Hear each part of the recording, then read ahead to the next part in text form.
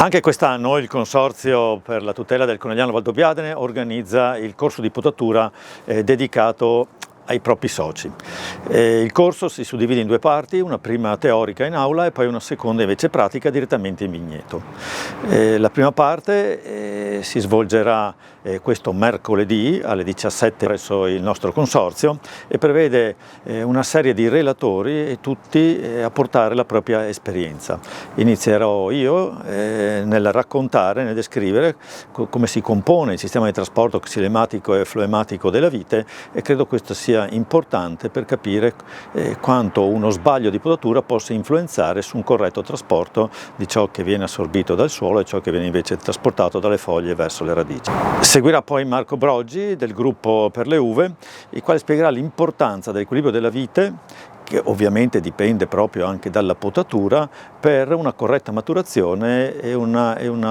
raggiungimento della massima qualità dell'uva. Abbiamo poi invitato Daniele Eberle, un consulente del consorzio dell'Asti Spumante, e ci racconterà proprio quanto è importante l'equilibrio, quanto è importante poi anche la parte di gestione della chioma per i caratteri aromatici delle uve. È vero che il Moscato d'Asti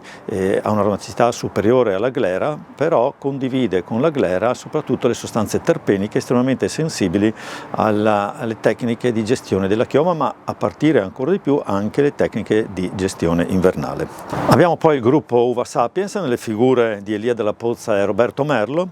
e anch'essi ancora potatura, quelle sono le tecniche più corrette di potatura del doppio capovolto e del Silvaud, le due forme di allevamento tipiche delle nostre colline, e Roberto Merlo invece esperienza di potatura correlata alle problematiche legate al mal dell'esca. Un quadro quindi complessivo, proprio che parte dalla fisiologia e dall'anatomia della pianta per arrivare alla fine a quelle che sono le interazioni tra potatura e anche longevità del vigneto. A proposito di longevità, ricordiamo che il Consorzio più di una volta ormai ha fatto menzione di quanto sia importante recuperare il legno di potatura delle vecchie viti e da queste partire con del materiale che potrà diventare un domani delle selezioni magari con caratteristiche adatte a quello che sono le nuove condizioni ambientali o le nuove condizioni anche di attesa qualitativa. Dicevamo che il corso di potatura si svolge in due momenti, abbiamo descritto il primo, il secondo sarà invece il venerdì a partire dalle ore 9 e si svolgerà in campo, quindi con tecniche concrete di potatura e di scelta di capi a frutto. Chi voglia partecipare all'esperienza pratica in campo di iscriversi entro domani, in quanto i posti ormai